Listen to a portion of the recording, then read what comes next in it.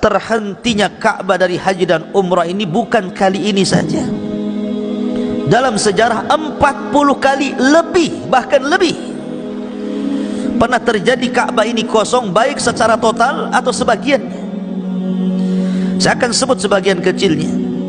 Disebutkan bahwa dahulu pernah terjadi sebuah peristiwa yang sangat menyedihkan pada tahun 317 Hijriah. 317 Hijriah. Ketika berdiri tegak Syiah Fatimiyah, yang ketika itu ibu kotanya di Bahrain, mereka mengatakan bahwa orang yang melaksanakan haji itu salah satu kesyirikan, karena mereka datang untuk menyembah batu. Karena mereka menyangka bahwa ibadah haji adalah ibadah kesyirikan, menyembah Ka'bah, maka pasukan Syiah Qaramitah yang ketika itu dipimpin oleh Abu Tahir datang dengan pasukan besar dari Bahrain menuju Mekah.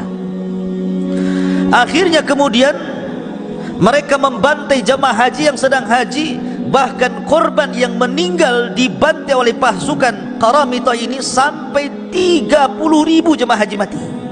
Bayangkan, ini bukan jumlah yang sedikit. 30.000 dibantai, bahkan yang berusaha untuk menempel di kiswah Ka'bah pun dibantai. Subhanallah. Mereka tidak dimandikan, mereka tidak dikafankan, mereka tidak disolatkan, bahkan mereka dimasukkan ke sumur Zamzam. Bukan itu saja, Qaramitah mengambil Hajar Aswad, dicungkilnya Hajar Aswad itu, kemudian dikeluarkan dari Ka'bah, kemudian dibawa ke Bahrain. Ada yang mengatakan Hajar Aswad itu baru dikembalikan dari Bahrain ke Mekah itu setelah 20 tahun. Itu pun karena ada wabah yang menimpa kerajaan Qaramitah, karena mereka telah mencuri Hajar Aswad, memindahkan dari Ka'bah sampai ke Bahrain. Ini terjadi pada tahun 317. Lah ketika itu tidak ada haji, tidak ada umrah, orang ketakutan. Ma'asyiral muslimin yang dimuliakan Allah Azza wa Jalla. Bahkan ada yang mengatakan bahwa terhentinya haji dan umrah ketika peristiwa itu sampai 10 tahun total, tidak ada haji dan umrah sama sekali. Ma'asyiral muslimin yang dimuliakan Allah Subhanahu wa ta'ala, ini tercatat dalam sejarah. Kemudian juga disebutkan, dan ini peristiwa ini juga disebutkan oleh Imam Zahabi, rahimahullahu ta'ala, dalam Tarikhul Islam disebutkan tentang bagaimana kekejian kejahatan Qaramitah yang kemudian akhirnya menghentikan haji secara total. Kemudian yang kedua, ini disebutkan oleh Imam Ibnu Katsir di dalam kitabnya Al-Bidayah wan Nihayah, tepat pada tahun 357. Kalau tadi 317, terulang lagi pada tahun 357, dan itu disebutkan oleh Imam Ibnu Katsir dalam kitabnya Bidayah wan Nihayah. Terjadi Da'ul Mashir. Da'ul Mashir, orang Arab menyebutnya seperti itu, semacam wabah. Semacam wabah juga. Akhirnya mata bihi khalqun katsir, tanpa menyebutkan bilangan saking banyaknya. Ya, wabah ini mematikan khalqun katsir, makhluk yang banyak, manusia yang banyak mati dalam wabah ini. Bahkan unta-unta yang merupakan kendaraan jemaah haji itu semua pada mati kehausan. Akhirnya banyak jemaah haji yang mati di perjalanan dan tidak sampai kecuali sedikit. Itu pun setelah mereka pulang setelah haji, mereka juga mati. Itu terjadi pada tahun 357. Kemudian pada tahun 983 Miladiyah, mungkin bahasa kitanya Masehi, ada yang mengatakan bahwa lam yahuj ahadun minal Iraq, tidak ada satupun orang Irak yang haji. Artinya sebagian negara terhalang haji. disebabkan al-fitan wal khilafat baina khulafa'i Bani Abbas wa khulafa'i Bani Ubaid, karena ketika itu terjadi perang antara Bani Abbas dan juga Bani Ubaid, sehingga orang-orang Irak mereka tidak haji, terhalang. Kemudian juga pada tahun 1213 Hijriah juga terhalang orang-orang untuk berangkat haji. Ya, kenapa? Fi asna'il hamalatil faransiyati, karena memang ada masalah di daerah Persia. Kemudian juga terulang pada tahun 1344 Hijriah. Ini pun terjadi di Mesir, ada masalah besar, kemudian mereka tidak bisa haji. Kemudian juga pada tahun 1253 orang-orang Baghdad, Irak, mereka terhenti juga tidak bisa haji sampai 10 tahun setelah wafatnya Khalifah Muntasir. Khalifah Mustansir. Kemudian pada tahun 1257 Miladiyah, orang-orang Hijaz, kalau sebut Hijaz itu Mekah dan Madinah, juga tidak haji, ya, disebabkan banyak masalah. Kemudian juga terulang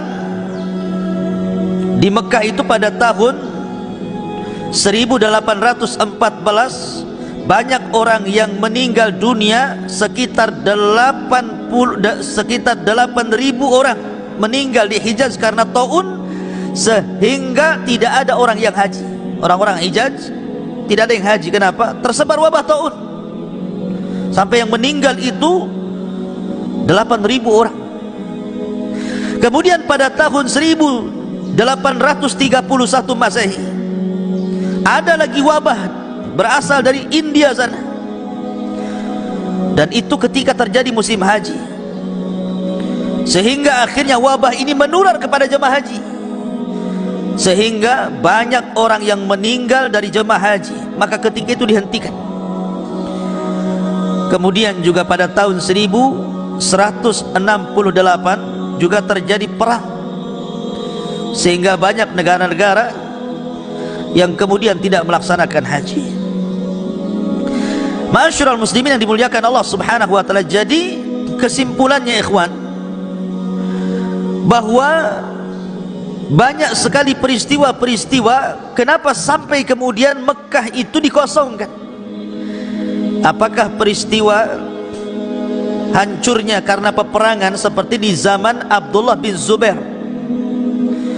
Abdullah bin Zubair pernah berperang melawan Yazid bin Muawiyah, ya.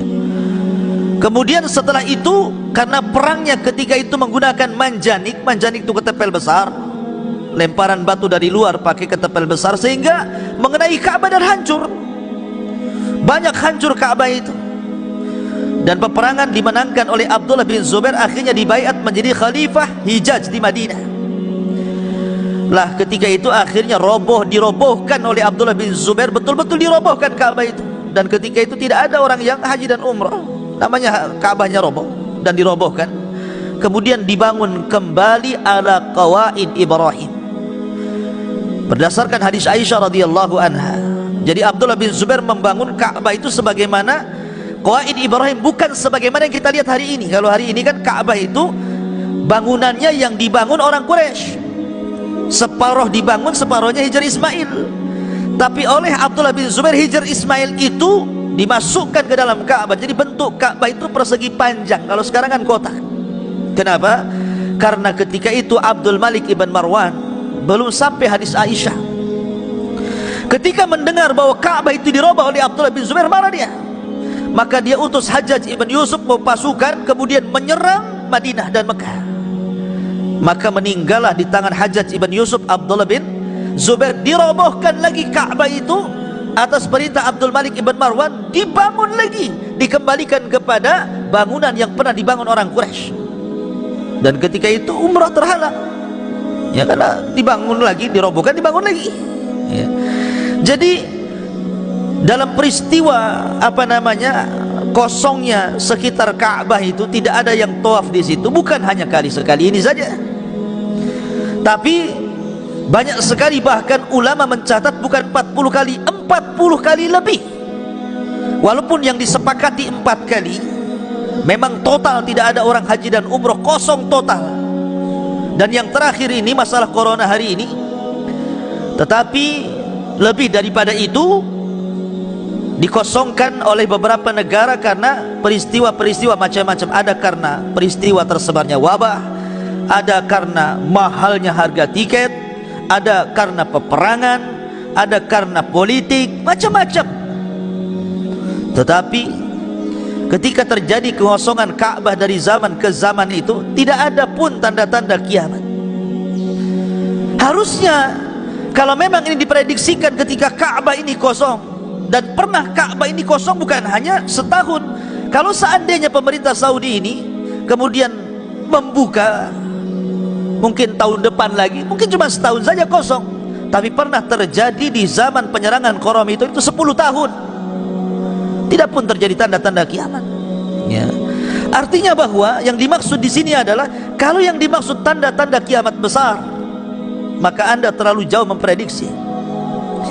Tapi kalau ini tanda-tanda kiamat kecil, ya namanya tanda-tanda kiamat kecil itu bisa datang, bisa berlalu. Tapi tanda-tanda kiamat besar ini kalau sudah datang tidak bisa dihentikan. Hilang ini muncul itu, hilang itu muncul yang ini, hilang yang ini muncul yang itu, sampai akhirnya Allah kiamatkan dunia ini. Sehingga terlampau tergesa-gesa. Karena sebelumnya banyak yang memprediksi akan terjadi kiamat pada tahun 2000 sekian, tidak pun terjadi kiamat. Oleh karena itulah maka apa yang terjadi hari ini adalah sebuah peristiwa kuasa Allah Subhanahu wa taala, yang Allah firmankan, wa ma nursilu bil ayati illa takhwifa. Tidaklah kami utus tanda-tanda kuasanya kecuali untuk menakut-nakuti hambanya. Dengan terhentinya Ka'bah, semua orang jadi takut. Ada apa ini? Ada apa ini? Kenapa Ka'bah kosong? Kenapa tidak ada orang haji dan umrah? Semua orang takut. Allah katakan, wa ma nursilu bil ayati illa takhwifa. Tidaklah kami utus tanda-tanda kuasa kami kecuali hanya ingin menakut-nakuti hambanya, liyukhawwifa ibadah, untuk menakut-nakuti hambanya, supaya apa? La'allahum yarji'un, agar mereka kembali kepada Allah Azza wa Jalla. Kalau memang betul prediksi bahwa Ramadan ini, apabila kemudian berterusan Ka'bah kosong sampai bulan Dzulhijjah tidak ada orang haji, kemudian akan terjadi permulaan tanda-tanda kiamat besar, pertanyaannya, kenapa para ulama tidak angkat bicara sampai hari ini? Kenapa para ulama? Mereka hanya berpegang kepada beberapa karya ilmiah yang ditulis oleh hanya 1-2 orang saja, tanpa kemudian melihat para ulama-ulama yang lain. Di Saudi itu berjubel para ulama, karena gudangnya para ulama. Berapa orang yang kemudian memprediksi dan berapa orang yang kemudian menjauhi prediksi itu. Kalau memang ini perkara yang bahaya dan ini perkara penting, sebab kalau seandainya dijelaskan manusia bisa tobat, kenapa para ulama tidak angkat bicara? Ya, karena kalau bicara tentang nas-nas tanda-tanda kiamat besar, antum bisa lihat dalam kitab-kitab hadis para ulama ketika mensyarah tentang kitabul fitan, kitab fitnah yang akan terjadi akhir zaman, termasuk diantaranya tanda-tanda kiamat besar, sangat singkat dan sangat pendek. Beda dengan bicara fikih, bab solat, bab puasa, bab haji, bab toharoh, para ulama terbentang lebar, khilaf semua dijelaskan. Bagaimana menurut madhab Maliki, Syafi'i, Hambali, kemudian Hanafi, bagaimana istidlal mereka, bagaimana perang dalil mereka, bagaimana tarjihnya, ulama sebutkan itu dalam kitab-kitab mereka. Tapi ketika mereka lewat pada nas-nas tentang tanda-tanda kiamat besar yang merupakan kitabul fitan, mereka tidak menjelaskan sedetil itu. Mereka hanya memberikan keterangan yang sangat singkat. Kenapa? Karena ini perkara gaib. Perkara gaib ini tidak bisa diprediksi. Semua kembali kepada Allah Subhanahu wa ta'ala. Tolong jangan kemudian mencocok-cocokkan logika, seolah-olah kemudian hadis ini akan terjadi tahun ini, hadis ini akan terjadi tahun itu. kehancuran ini akan terjadi tahun ini. Ini perkara gaib. Wa ma ya'lamu ilmuha illallah. Tidak ada yang tahu pengetahuan tentang gaib kecuali Allah subhanahu wa ta'ala.